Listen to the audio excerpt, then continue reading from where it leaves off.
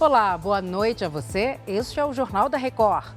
Supremo condena 3 envolvidos nos atos antidemocráticos de 8 de janeiro. O quarto réu será julgado semana que vem. Presidente Lula viaja a Cuba para encontro de países em desenvolvimento da América Latina, África e Ásia. O Jornal da Record já está no ar.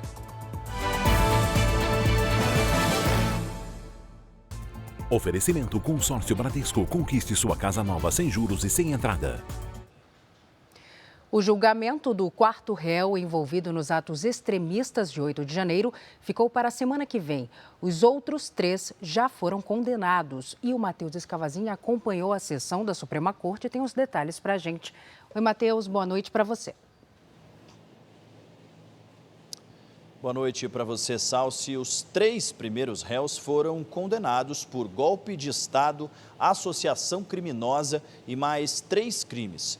2 deles pegaram 17 anos de prisão em regime fechado, além de multa. O terceiro teve uma pena um pouco menor, de 14 anos de prisão, porque os ministros entenderam que ele não incitou outros invasores a depredarem o Palácio do Planalto. Após críticas dos advogados de defesa à atuação dos ministros durante o julgamento, a Ordem dos Advogados do Brasil enviou uma carta em apoio à atuação da Suprema Corte.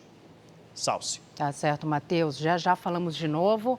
A Câmara dos Deputados aprovou na noite desta quinta-feira a proposta que regulamenta a compensação a estados e municípios por perdas causadas pela redução do ICMS nos combustíveis. Pelo texto, os estados serão compensados em 27 bilhões de reais e os municípios devem receber 6 bilhões e 700 milhões de reais. O projeto de lei foi proposto pelo governo federal para formalizar um acordo já costurado com estados e municípios e homologado pelo Supremo Tribunal Federal. O texto segue para análise do Senado. O presidente Lula viaja nesta sexta-feira para Cuba, onde vai participar da cúpula do G77, grupo que engloba países em desenvolvimento da América Latina, África e Ásia. Veja na reportagem dos enviados especiais Nathalie Machado e Bartolomeu Silva. A segurança está reforçada nas ruas de Havana com a presença da polícia e do Exército. Segundo os organizadores, mais de 100 delegações internacionais estarão na cúpula G77, incluindo cerca de 30 chefes de Estado, como o presidente Luiz Inácio Lula da Silva. Juntos, os países participantes representam quase 80% da população mundial. O grupo foi fundado durante a Guerra Fria com o objetivo de defender os interesses das nações em desenvolvimento, que em sua maioria ficam no hemisfério sul. De acordo com o cronograma oficial, Lula será o primeiro presidente a discursar. Além da cúpula, ele terá 2 encontros bilaterais aqui na capital cubana. O primeiro com o diretor-geral da Organização das Nações Unidas para a Alimentação e a Agricultura. E o segundo será com o presidente cubano, Miguel Díaz-Canel. Não está descartada a possibilidade do Brasil oferecer cooperação na área da saúde, com produtos biofármacos. Lula virá acompanhado da ministra da Saúde, Nízia Trindade. Outro assunto a ser tratado é a retomada das negociações para que Cuba volte a pagar as parcelas do financiamento feito pelo BNDES para a reformulação do Porto de Mariel. O acumulado da dívida passaria dos 2 bilhões de reais. Uma decisão da Justiça do Trabalho de São Paulo obriga a empresa Uber a contratar todos os motoristas que atendem o aplicativo. Além disso, a empresa vai ter que pagar uma multa de R$1 bilhão por danos coletivos. A Caterina Schutt tem os detalhes desse assunto para a gente. Caterina, boa noite para você. E qual o motivo da decisão? Oi, Salsi. Boa noite para você e para todos.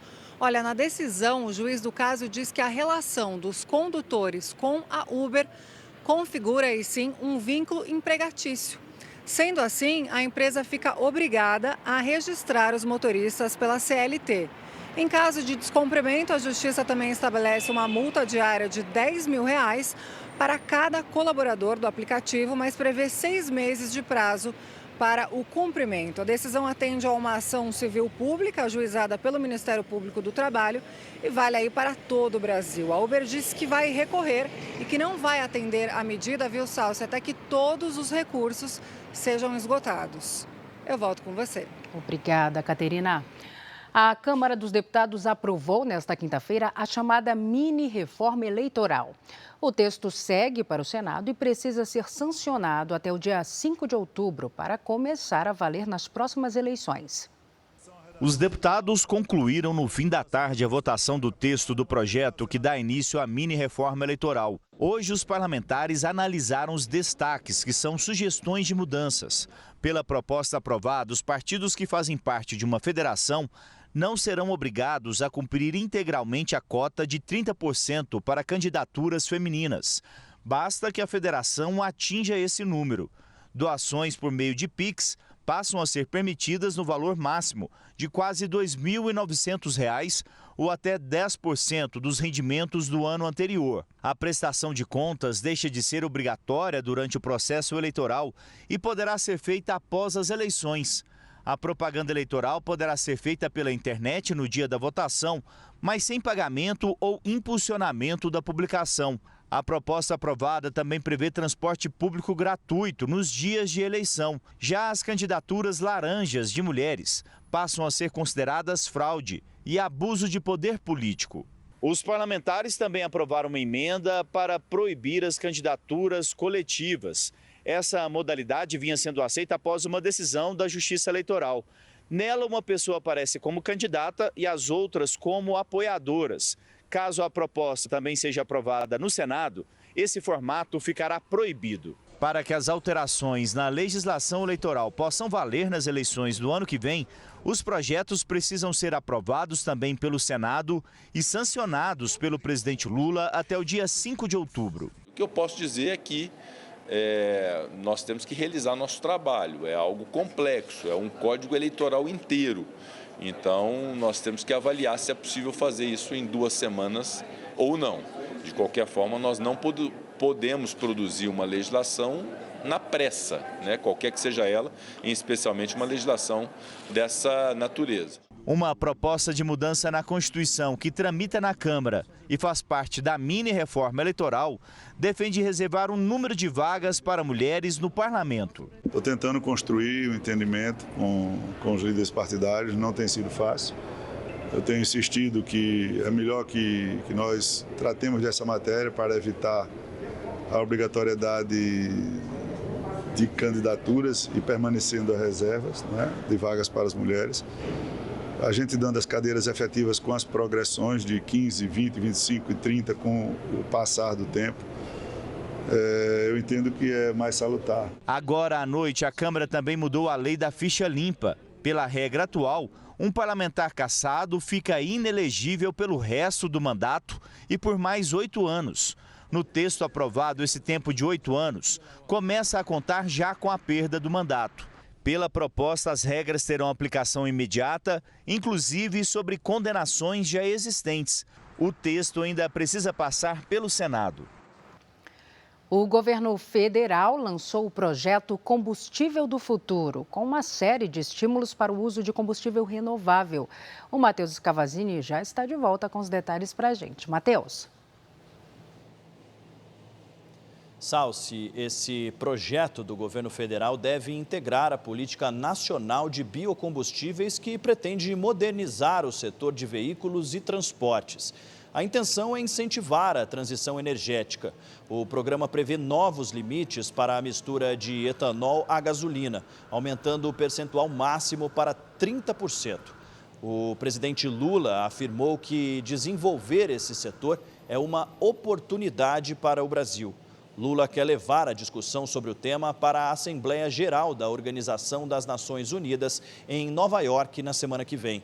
Em entrevista exclusiva ao Jornal da Record, o ministro de Minas e Energia, Alexandre Silveira, disse que nos próximos anos podem ser investidos mais de 250 bilhões no programa Combustível do Futuro. Acompanhe. O Combustível do Futuro é um avanço muito sólido para tornar o Brasil ainda solo mais fértil para investimentos internacionais e nacionais em descarbonização. O Brasil, pelas suas potencialidades naturais, o Brasil já tem 88% da sua matriz de energia elétrica limpa.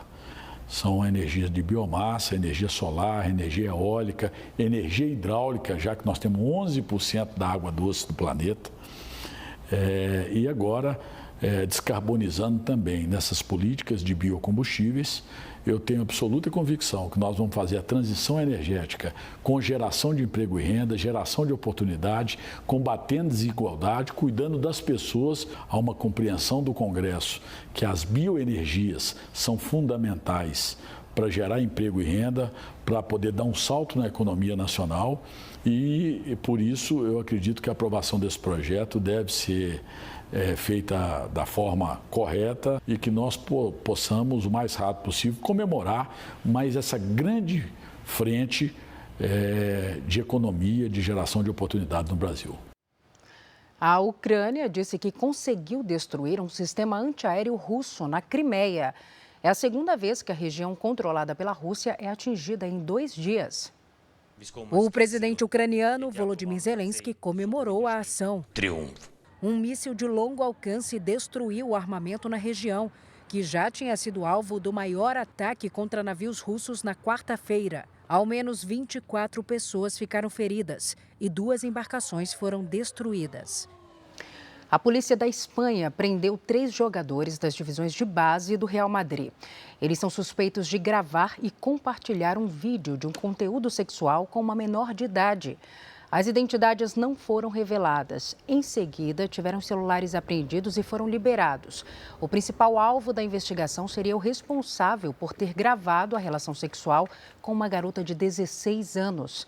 O Real Madrid informou que acompanha o caso para adotar as medidas cabíveis.